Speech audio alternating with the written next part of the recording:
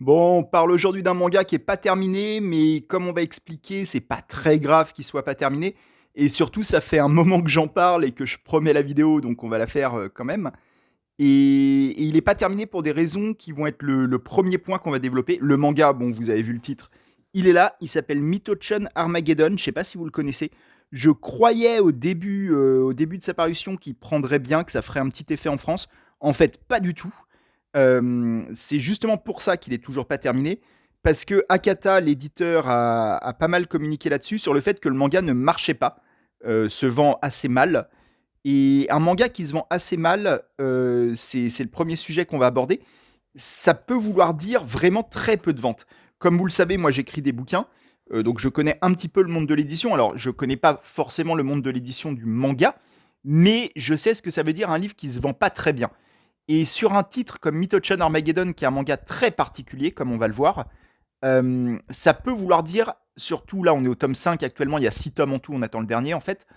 Les premiers se vendent toujours un peu plus dans une série, parce qu'il y a la découverte, les gens essayent le manga, et puis de tome en tome, il y en a qui arrêtent, à qui ça ne plaît pas, qui ne continuent pas la série. Et aujourd'hui, sur un tome 5, sur une série qui ne marche pas, on est peut-être, je connais pas les chiffres de vente de Mito-chan Armageddon, ce que je dis n'est pas une info, c'est une estimation par rapport à ce que je connais du monde de l'édition. Ça peut vouloir dire que l'éditeur vend à peine quelques centaines d'exemplaires. Et quelques centaines d'exemplaires d'un manga ou d'un livre en général, c'est quelque chose qui se fait quasiment à perte en fait pour un éditeur, parce que ben, les imprimeurs en fait ils font ce qu'on appelle une économie d'échelle, c'est-à-dire plus vous imprimez d'exemplaires du livre et moins il vous coûte cher à fabriquer. Si vous en imprimez 10 000, peut-être, je dis n'importe quoi, les chiffres c'est dû à peu près, mais si vous en imprimez 10 000, ça se trouve, vos livres, ils vous coûtent à fabriquer 2-3 euros. Si vous en imprimez 300, ben, il vous coûte sûrement beaucoup plus, il vous coûte peut-être 5-6 euros. C'est l'économie d'échelle, plus vous en faites, moins ça coûte cher.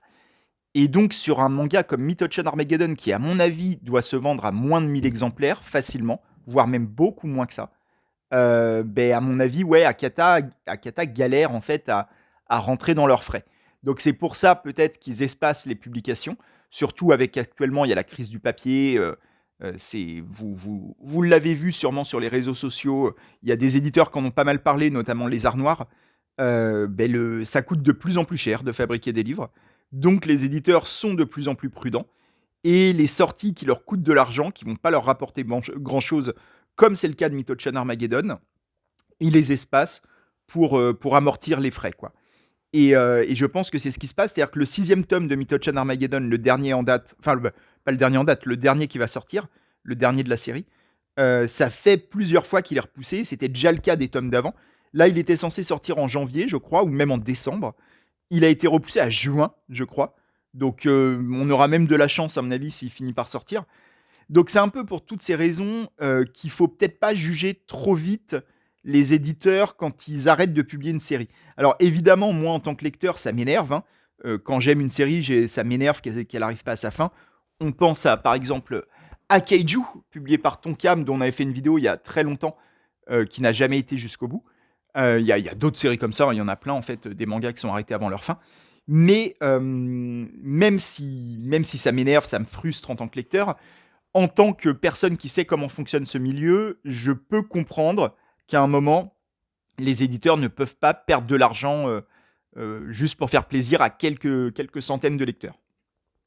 Voilà, donc je pense que c'est ce qu'il y a en jeu autour de Mito-chan Armageddon, qui est un manga que j'aime beaucoup, mais comme on va l'expliquer, qui contient plein de raisons pour lesquelles ça ne se vend pas énormément, je pense. Pour comprendre le cas Mito-chan Armageddon, qui est sous-titré, comme vous le voyez, Mito-chan Armageddon à la recherche des boules du dragon, donc ça annonce déjà une espèce de parodie de Dragon Ball, on verra que c'est pas vraiment... Enfin, il y a un peu de ça, mais c'est beaucoup plus complexe que ça. On peut parler de son auteur qui s'appelle Gataruman. Gataruman, on avait déjà un petit peu parlé au tout début de la chaîne pour le manga Earthful Company, qui est un one-shot qui avait été publié, je crois, par Imo, oui, c'est ça, qui a été republié relativement récemment, donc je crois qu'il est toujours trouvable, qui est un one-shot complètement délirant. Enfin, je vous renvoie à ma vidéo. C'est une vidéo du début de la chaîne, donc peut-être pas très agréable à regarder en réalité. Mais voilà, j'avais déjà parlé de ce manga que j'avais beaucoup aimé aussi. C'est les deux seules œuvres, Earthful Company et Mythochan Armageddon, de cet auteur qui ont été publiées en France. Par contre, au Japon, il est relativement connu. Il a une carrière assez longue qui a commencé au début des années 90. Il a publié beaucoup de choses, des choses parfois très différentes. Il a par exemple fait une adaptation, je crois, en manga du Petit Prince. Il a fait des trucs très bizarres. Il a fait beaucoup de trucs ultra 18+. Alors, pas, ça veut pas forcément dire érotique, hentai, mais c'est des trucs, on verra, même Mythochan Armageddon, on verra, c'est un des problèmes de ce manga et ça va être un des problèmes de la vidéo. Je ne vais pas trop pouvoir tourner les pages librement, parce qu'il y a beaucoup de pages qui vont déplaire à YouTube, surtout en cette époque où YouTube censure de plus en enfin censure, démonétise de plus en plus les vidéos dès qu'il y a un gros mot, quelque chose comme ça. Alors, moi, je suis pas trop concerné, parce qu'en fait, mes vidéos ne sont pas monétisées et ne le seront probablement jamais. Je n'ai pas du tout l'ambition de gagner de l'argent avec cette chaîne. Mais en fait, YouTube fonctionne de telle façon que même si le YouTuber ne cherche pas à gagner de l'argent, YouTube n'aime pas les vidéos qui peuvent être démonétisées parce que ça veut dire qu'on peut pas mettre de pub dessus, ou en tout cas que c'est beaucoup plus compliqué de mettre des pubs. Et en fait, YouTube, il veut mettre des pubs sur toutes les vidéos.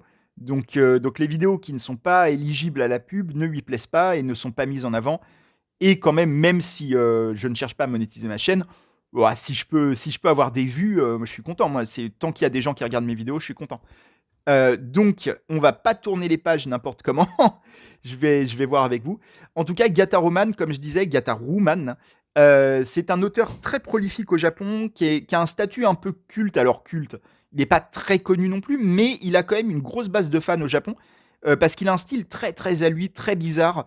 C'est un auteur, on va voir, extrêmement expérimental qui mérite vraiment cet adjectif et qui a fait tellement de choses en fait. Et il y a toute une aura de mystère. On connaît pas son visage, on connaît pas son vrai nom. Il y a la moitié de ses mangas qui ont été écrits sous pseudo.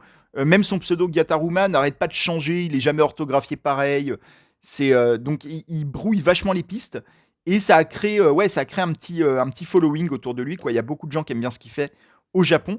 En France, comme je disais, il est encore très niche hein, quand même. Et je pense que Mythochan Armageddon ne va pas spécialement changer ce statut. Parce que, comme je disais, visiblement, ça se vend pas très bien. Et en plus, Akata, dans leur communication sur le titre, avait expliqué qu'en plus, l'auteur est assez chiant, vérifie beaucoup les éditions françaises, et très, comment dire, très compliqué. Voilà, la communication avec lui est un peu particulière, a priori. Donc, ce qui m'étonne pas, vu ses mangas. Et donc voilà, tout ça fait que je sais pas à quel point on va continuer à avoir des œuvres de lui qui seront traduites. Peut-être qu'il y en aura d'autres, j'espère, mais je ne parierai pas tant là-dessus. Voilà, donc ça c'est pour l'auteur, pour présenter un peu tout ça, pour présenter un peu ce manga qui, comme je disais, est dans une situation particulière en France. Donc c'est aussi pour ça, si ça vous intéresse, allez l'acheter, quoi. Ça motivera peut-être Akata à terminer la série, il manque plus qu'un seul volume. Comme on verra, c'est pas très grave que la série ne soit pas terminée. Alors, la vérité, c'est que j'ai lu le dernier volume quand même, Internet étant ce qu'il est. Je vous laisse comprendre ce qui est très facile à comprendre. Mais de toute façon, c'est pas une série qui est basée sur le scénario. Ça commence comme une parodie de Dragon Ball, comme je disais, dès le titre, Mythochan Armageddon à la recherche des boules du dragon.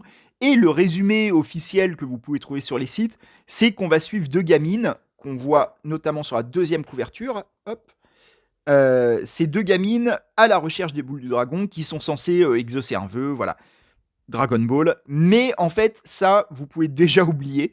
On n'en a rien à foutre du scénario.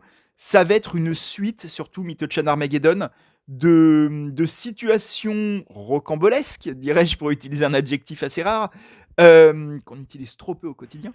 Ça va être une suite de situations rocambolesques qui vont être prétexte à des blagues très scatophiles, comme on peut le voir sur cette couverture-là, à des blagues très ordurières, comme on peut le voir sur cette couverture-là. Je vous laisse lire les cases, enfin les bulles plutôt. Et en fait, le scénario, vous pouvez l'oublier, mais en fait, dès les premières pages, vous comprenez que ça va être n'importe quoi. Dès les premières pages, le scénario ne tient plus debout, on part dans tous les sens. Ça s'ouvre par un mea culpa de l'auteur qui s'excuse de ce manga, qui dit être fait pour les cons, et que si on l'aime, c'est qu'on est vraiment stupide, globalement. Je peux vous laisser lire le texte, je vais vous le lire. Jusqu'à présent, j'ai toujours fait les choses à ma manière, et tant pis si les cons ne pigent rien à mes mangas, me disais-je. Cet état d'esprit se retrouvait dans la graphie de mon nom, Gataruman, dont l'étoile aux pointes acérées symbolisait cette absence de compromis parfaitement revendiquée. Mais l'éducation moderne à la cool et la correction orthographique automatique des smartphones ont rendu les jeunes lents d'esprit et incapables de déchiffrer les caractères chinois. Avec ça, mes mangas ne risquent pas de se vendre. J'ai donc révisé mon approche et décidé qu'à l'avenir, mes mangas seraient d'une simplicité élémentaire, accessible même aux plus demeurés d'entre vous. Voilà pourquoi j'ai remplacé l'étoile de mon nom par un cercle, symbole par excellence de la simplicité. J'ai aussi changé le caractère chinois man par son équivalent en katakana, afin que même les millennials les plus nuls en orthographe puissent lire mon nom. Vous pouvez me dire merci, bande de têtes de nœuds. Voilà, donc ça commence par ça. Et après, vous avez une intro. Alors, je vais tourner les pages très lentement. Une intro qui nous parle de l'arrivée sur Terre d'un extraterrestre. Je ne peux pas montrer la page suivante. Je ne peux pas montrer non plus la suivante. D'un extraterrestre qui est arrivé sur Terre pour violer les femmes et conquérir le monde. Finalement, il a été battu par des héros et le temps passe, mais l'extraterrestre va être de retour. Ensuite, on a une situation avec un éditeur où, voilà, là vous voyez un éditeur auquel Gataroman arrive pour vendre son histoire. Donc là, on sort de l'histoire, on est dans un truc méta. C'est vraiment les toutes premières pages du manga. Gataroman se représente comme ça, sous les traits d'une espèce de vieux dégueulasse qui veut vendre son histoire tout en disant que son histoire est vraie. Euh, j'ai montré une case qu'il fallait pas. Il raconte son histoire. Vous voyez un truc très spécial de Gataroman. Parfois, il change complètement de style graphique le temps d'une case. On ne sait pas pourquoi. Vous voyez, il a plutôt un style comme ça. Et parfois, il dessine comme ça, avec des traits très droits, comme ça. Je ne peux pas montrer la page suivante. Là, je peux montrer ce que vous voyez être un anus qui est en train de chier. En gros plan, donc ça ne se voit pas assez pour que YouTube le détecte, je pense. Gataroman se fout à poil devant son éditeur en brandissant ses fesses en l'air. L'éditeur, qui a un masque depuis le début, se met à rire. Je passe des pages. Il retire son masque. Et là, on découvre que c'est l'extraterrestre de l'histoire de Gataroman. Gataroman pète les plombs. Il y a ses yeux qui cassent ses lunettes, dans un style très cartoon. Vous voyez que là, le style de dessin change d'un seul coup. C'est plus du tout le même style de dessin. Je vous remets la page d'avant. Vous voyez là, avec un trait très crayon à papier. Je sais pas si vous voyez ce que je veux dire. Je sais pas comment le décrire, mais c'est le trait très spécifique de Gataroman. Et celui-là est aussi spécifique, mais intervient de temps en temps. On ne comprend pas pourquoi la tenue du personnage change dans l'escalier. Il est en train de dévaler l'escalier, il s'enfuit. Il se retrouve à poil. Je censure un petit peu, mais il est à poil. Et là, il se fait écraser par un camion avec des têtes qui volent dans tous les sens, des têtes qui n'ont aucun sens, qui n'étaient pas dans la scène. Donc la scène, on est à 20 pages, la scène n'a déjà plus aucun sens. Ça ne rime à rien. Sa tête vole. Là, on se retrouve à nouveau dans l'histoire, puis on repasse. Vous voyez, avec des changements de style à chaque fois, c'est très étrange. Avec des changements de style graphique, ça explose. Le camion fonce dans une maison, ça explose. Et là, redébut de l'histoire, où on se retrouve à nouveau dans cette histoire avec deux gamines qui vont chercher les boules du dragon pour exaucer des vœux et blablabla et blablabla. C'est n'importe quoi. Les gamines après en question, là vous en voyez une, c'est pas un chapeau, c'est un champignon qui est là sur la tête. Vous l'apprendrez assez rapidement. Vont se retrouver à se battre, à vivre des aventures, mais des aventures qui ont vraiment aucun sens. Cette intro, en fait, je vous l'ai détaillée parce qu'elle est très représentative du manga, qui part dans tous les sens. Et en fait, c'est un truc, les gamines changent de physique aussi. Vous voyez, cette gamine-là, là, avec les grosses lunettes, qui est pas très belle, dira-t-on, c'est la même que celle-là, ici, qui là est beaucoup plus mignonne. Et c'est des trucs comme ça tout le temps, avec des pages très étranges. À un moment, elles se battent contre un dragon qui va s'avérer être le père de l'une d'elles. Enfin, c'est n'importe quoi qui va exploser dans une gerbe de chair dans tous les sens. Et en fait, je vous ai montré l'intro, je vous l'ai détaillé plus que nécessaire, parce que c'est très représentatif du manga dans son ensemble. C'est un manga qui est vraiment très expérimental, pas simplement graphiquement, même si vous avez vu, graphiquement, c'est déjà très étrange. Gataruman a un style qui rappelle vachement Robert Crump, le dessinateur de BD américain, qui me rappelle aussi le travail des dessinateurs de... Je sais pas si vous voyez de quoi je parle, les plus vieux d'entre vous s'en souviennent sûrement, des Krados, les cartes à collectionner, enfin les autocollants Crado, qui avaient été créés par Art Spiegelman, mais qui c'est pas vraiment lui qui fait les dessins la plupart du temps, mais c'est Art Spiegelman qui a créé les Garbage Pail Kids, je crois en anglais, et les Krados. Voilà, je vous renvoie il y a des vidéos qui parlent de tout ça. Je crois qu'il y a une vidéo d'Archeo Toys, si je dis pas de bêtises, qui parle des Krados. une chaîne très cool Archeo Toys que je vous conseille. Et ouais, donc il y a un style graphique qui est déjà très expérimental, mais en fait, la vraie expérimentation se passe sur ce qu'est ce manga et la façon dont on peut en parler. C'est pas du tout un manga dont on peut parler comme de n'importe quel autre manga en racontant l'histoire et en décrivant le développement de personnages et ça. Oh là, j'ai pris un risque en ouvrant une page au hasard, mais ça allait. En décrivant l'histoire, en décrivant les personnages, en disant qu'on a aimé tel aspect, tel aspect. Là, ça part tellement dans tous les sens, ça n'a tellement aucun sens. Faut tellement, hop, je tombe très vite, ça n'a tellement aucun sens et les situations sont tellement à lire de manière décorrélée les unes des autres. Les personnages changent de caractère, changent même de backstory d'une scène à l'autre quand ça arrange Gataroman. C'est quasiment pas les mêmes personnages, si vous voulez, d'une scène à l'autre en fait. Elles ont le même physique, mais il n'y a pas vraiment d'évolution, il y a plutôt des sauts thématiques. Et donc ça fait que c'est très compliqué de résumer ce manga. C'est très résumé. Oh là là, je vous ai dit, il y a plein de pages vraiment qui sont complexes hein, sur YouTube. Et c'est tellement compliqué. Là, il y a une petite référence à Dragon Ball avec le bâton qui s'étend. C'est tellement compliqué que on ne peut pas en parler comme d'un manga normal. Et c'est ça qui fait tout son intérêt. En fait, c'est une œuvre ultra expérimentale, ultra qui casse tous les codes. On parle souvent de mangas qui cassent les codes, qui réinventent un peu.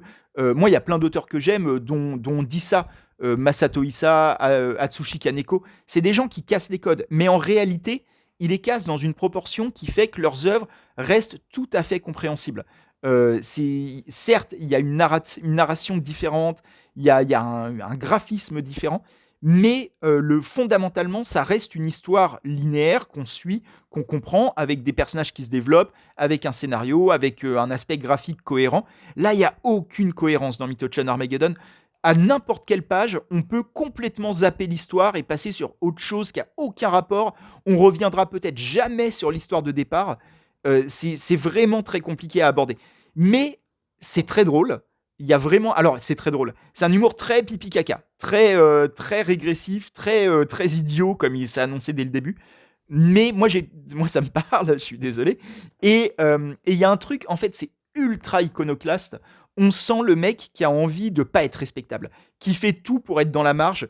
Et ça en fait un manga extrêmement littérature indépendante, si vous voulez.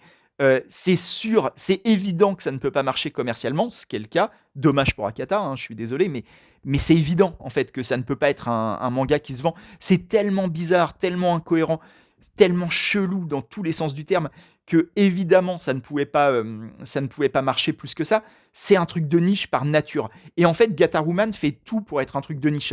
Je vais prendre des risques et essayer d'ouvrir celui-là. Je le mets hors champ, le temps de trouver une page qui peut convenir. Euh, et en fait, il, il fait tout pour ça. Et c'est ce qui le rend aussi attachant, ce manga, et cet auteur d'une certaine façon. C'est qu'on sent il est fait avec le cœur quand même, c'est-à-dire avec une volonté vraiment de ne pas pouvoir être récupéré. Oh là là, ouais, ce manga-là, il est impossible. Il s'y passe un truc avec une histoire de bite vivante. Voilà. Je vais rien pouvoir montrer de ce volume-là. Je suis désolé. Je suis désolé de ne pas montrer plus de pages, hein, mais vous me comprenez, j'espère. Euh, et ouais, et justement, en fait, je voulais en venir là. Je voulais prendre un autre risque avec cette vidéo.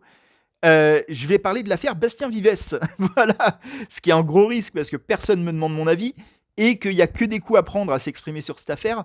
Mais en fait, dans Myth-Chan Armageddon, donc vous voyez, il y a deux gamines au centre du récit qui sont tout le temps confrontées à des monstres à la bite à l'air et tout ça.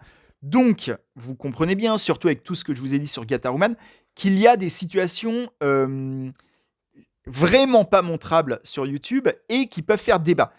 Alors, c'est pas du tout un manga érotique. Mais alors, pas du tout. On est vraiment sur une espèce de manga comique chelou, très bizarre. Et il y a des scènes où les héroïnes vont se retrouver à poil, confrontées, comme je vous dis, à une bite vivante ou des choses comme ça. Même ces scènes-là, c'est vraiment, il y a un gros problème si vous les prenez pour érotiques, si vous voulez.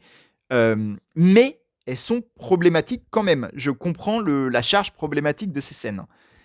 Et je pense que ce qui sauve ce manga complètement d'un vrai débat, d'une vraie polémique, c'est qu'en fait, d'une part, on comprend parfaitement que ce ne sont pas des scènes érotiques, elles ne sont pas à volonté érotique, et d'autre part, c'est un manga de niche, comme je disais. C'est un manga qui ne cherche aucunement à être respectable.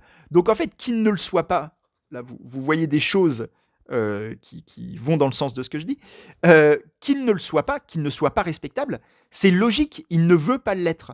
Donc en fait, il ne l'est pas, il fait tout pour pas l'être, et finalement, ça coupe le débat. C'est-à-dire, c'est comme, pour prendre une espèce de comparaison qui a peut-être aucun sens, mais on peut pas reprocher à Michel Sardou, le chanteur, je vous avais dit que ça allait être bizarre comme comparaison, on peut pas lui reprocher d'être de droite. Le mec déclare être de droite en permanence.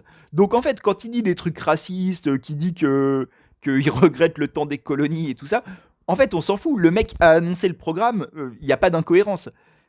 Pareil pour Mythochan Armageddon, alors qui est le contraire d'être de droite, il est tellement iconoclaste que c'est très dur, à mon avis. Je pense que les conservateurs doivent vraiment faire les gros yeux devant ce manga. Mais on peut pas lui reprocher d'être choquant. Il fait tout pour l'être. Dès le début, dès les premières pages qu'on a tournées, il est déjà complètement bizarre ce manga. Donc en fait, il continue à être bizarre. Il y a pas d'étonnement. Le problème avec Bastien Vives, déjà, d'une part, c'est pas que j'ai fait, c'est que j'avais fait avant même la polémique, ce que très peu de gens ont fait, c'est-à-dire que je les ai lus, moi, ces BD, et notamment les BD érotiques. Et en fait, il joue sur le truc et lui et ses défenseurs jouent sur le fait que oui, mais c'est pas des BD érotiques, c'est du gag. Non, je les ai lus. J'ai lu les Melons de la colère et Décharge mentale. C'est pas du gag, c'est pas vrai. Oui, il y a des blagues dedans, mais ça se veut érotique. On sent que c'est fait pour être des BD euh, masturbatoires. C'est des BD qui sont faites pour exciter le lecteur. Ça se voit dans la mise en scène, dans la manière dont c'est dessiné, dans les situations, dans la manière dont c'est amené. C'est évident que c'est érotique. Là où Mythochan Armageddon, c'est tout aussi évident que ça ne l'est pas. Donc c'est le premier point. Il y a déjà une fracture là-dessus. Et c'est de l'érotisme, dans le cas de Bastien Vives, qui est clairement autour de fantasmes très, très, très discutables, voire illégaux. Je vais pas aller jusqu'à prononcer les mots, j'ai quand même envie de garder la vidéo en ligne. Mais vous avez tous compris. Et le deuxième point sur l'affaire Bastien Vives, je présente même pas l'affaire, je sais que vous savez de quoi je parle. C'est que Bastien Vives, contrairement à Gato Ruman, se veut respectable. C'est un auteur de BD qui a le droit aux grands médias, qui avait une exposition programmée dans le plus grand festival du monde de BD, qui est présenté comme un grand auteur, un auteur sensible, fin, qui parle des sentiments, nanani, nanana. On peut pas être à la fois ça et faire des BD érotiques avec le mot qui commence en P. Vous voyez ce que je veux dire? Donc en fait, y avait un truc de positionnement aussi. C'est-à-dire, quand tu veux faire des BD de taré, ben, il faut te présenter comme un taré. Si tu te présentes comme un maître respectable et que tu espères que tu vas réussir à faire passer tes délires de cinglé, ben en fait, ça ne va pas marcher. Il y a une dichotomie, il y a un décalage qui va se créer. Tu peux pas être les deux à la fois. Gataruman, il est ultra cohérent. C'est une espèce de punk de la BD qui fait n'importe quoi du début à la fin. Et en fait, donc ça ne pose pas problème qu'il fasse n'importe quoi vu qu'il l'annonce. Ça pose beaucoup plus problème quand c'est un auteur qui se veut respectable, qui annonce qu'il est respectable, qui va parler des sentiments et je sais pas quoi, et qui en fait la moitié de sa carrière sur des BD qui sont des trucs qui sont à peine dignes d'un fanzine auto-édité pour mecs qui se masturbent sur des trucs chelous. Donc, c'est là le problème aussi de l'affaire Bastien Vives. C'est qu'on ne peut pas parler de ce gars-là comme d'un auteur respectable quand il fait des choses pas d'auteur respectable.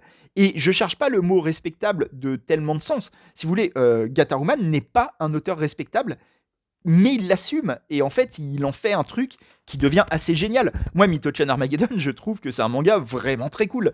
Mais il est très cool parce qu'il ne joue pas au grand auteur. Vous voyez ce que je veux dire? J'espère que ça a fait du sens, tout ce que j'ai dit. J'espère que la vidéo vous a donné envie de découvrir ce manga. J'ai parlé de plein de trucs et j'ai l'impression de ne pas avoir parlé tant que ça du manga. Mais comme je vous dis, déjà, il est très dur à montrer et il est très dur à décrire, encore une fois. C'est même tout l'intérêt de ce manga.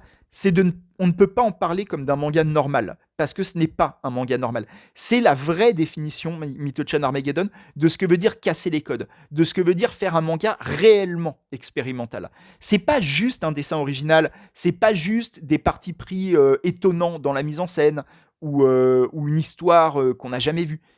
C'est beaucoup plus profond que ça. Ça joue sur qu'est-ce qu'on attend d'un manga, Et ça joue sur des attentes très très basiques qu'on a face à une histoire de fiction et qui là ne sont pas remplies, notamment l'attente de la cohérence interne. Il n'y a aucune cohérence interne dans Mythochan Armageddon. L'univers dans lequel se passe l'histoire change en permanence. Il y a d'un manga à l'autre, d'un chapitre à l'autre, voire même d'une page à l'autre. Il y a des cohérences qui ne sont pas tenues. Dès le début, dès l'intro que je vous ai montré, c'est un exemple à la con. Hein. C'est un tout petit exemple, mais le simple fait, c'est ce que je vous montrais, que il court dans les escaliers, il est seul dans les escaliers, il tombe, il est à poil. Je vous remonte les pages. Hop, j'essaye de cacher sans vraiment réussir. Et qui se fait renverser par un camion. Et que là, il y a d'autres têtes, il y a d'autres corps, comme s'ils étaient plusieurs à se faire écraser en même temps. En plus du fait que c'est même pas le même style de dessin que sur les pages d'avant. Enfin bref, tout ça fait qu'il y a déjà, dès les premières pages, un truc où on ne comprend pas ce que fait l'auteur. Et en fait, il n'y a rien à comprendre. Faut pas chercher des trucs dans tous les sens. C'est un manga qui défie l'analyse, mais qui défie même la compréhension. Faut se laisser porter. C'est une espèce de flow, ce manga. C'est un flow de merde, principalement, d'excréments, de fluides corporels en tout genre. Mais c'est un flow, laissez-vous porter. Soit vous serez sensible, soit vous le serez pas. Je peux rien promettre parce que c'est tellement bizarre que vraiment je ne peux pas vous dire, faut absolument le lire. C'est trop bizarre. Je vous conseille de le tenter. Tentez le premier tome et puis vous verrez vite si c'est pour vous ou pas. Voilà. J'espère vous avoir quand même donné envie de découvrir ce manga, de suivre un peu ce que fait cet auteur, et puis peut-être d'aider Akata à avoir envie de publier le dernier tome. Encore une fois, je reviens à ce que je disais au tout début, je comprends qu'il soit un peu frileux sur la sortie de ce manga, parce que en fait, il doit vraiment pas en vendre beaucoup, je pense. C'est un truc de niche complet. Dès les couvertures, c'est bizarro. Je crois que les gens, quand on voit des couvertures comme ça, les deux dernières notamment, je pense que les gens comprennent que c'est pas un manga normal et donc probablement que ça se vend pas des masses. Encore une fois, il y a l'explosion du manga en France, il y a des chiffres de vente incroyables, mais ça concerne les grosses séries, ça. Ça concerne One Piece et les mangas comme ça. Mais il y a plein de mangas à côté qui se vendent très très peu. Et je pense que Mythochan Armageddon, comme je vous disais, je pense qu'on est sur quelques centaines d'exemplaires, réellement. Et quelques centaines, pour un éditeur, c'est des ventes à perte. C'est une économie qui ne marche pas. Donc en fait, voilà, on a de la chance d'avoir déjà eu les 5 premiers. Je croise vraiment les doigts que le 6e sorte un jour, qu'on puisse compléter la collection. Et voilà, j'espère que je vous ai donné envie. J'espère que je vous ai intéressé. J'espère que j'ai fait sens, comme on dit en anglais, avec mon histoire sur Bastien Vives. J'avais envie d'en parler, même s'il y avait pas grand-chose. Enfin, même si personne n'attendait mon avis à moi. Mais voilà, c'est une histoire qui m'a touché parce que ça m'énervait de voir des gens défendre Bastien Vives, ne pas comprendre la problématique derrière en fait. Et encore une fois, la plupart des gens en fait qui le défendent n'ont pas lu les BD érotiques. Moi, je les ai lus. Je le dis haut et fort, je n'ai aucun problème, je l'assume à 100%. Ce sont des BD érotiques et ce sont des BD pornographiques même et mots en P pornographiques. Vous comprenez ce que je veux dire. Je l'assume à 100%. Voilà, c'est ce que c'est. Il suffit de les lire pour le comprendre. Merci à tous, vidéo un peu bordélique et très longue, sûrement trop longue pour ce qu'elle est. J'espère quand même que ça vous a intéressé. Je vous dis à très très vite, plus vite que la semaine prochaine, dans quelques jours je pense. Cette fois on va parler d'un manga un peu plus simple à analyser, quoique, qui est quand même très compliqué à analyser, qui est ici, c'est Dead Demon Dead Destruction.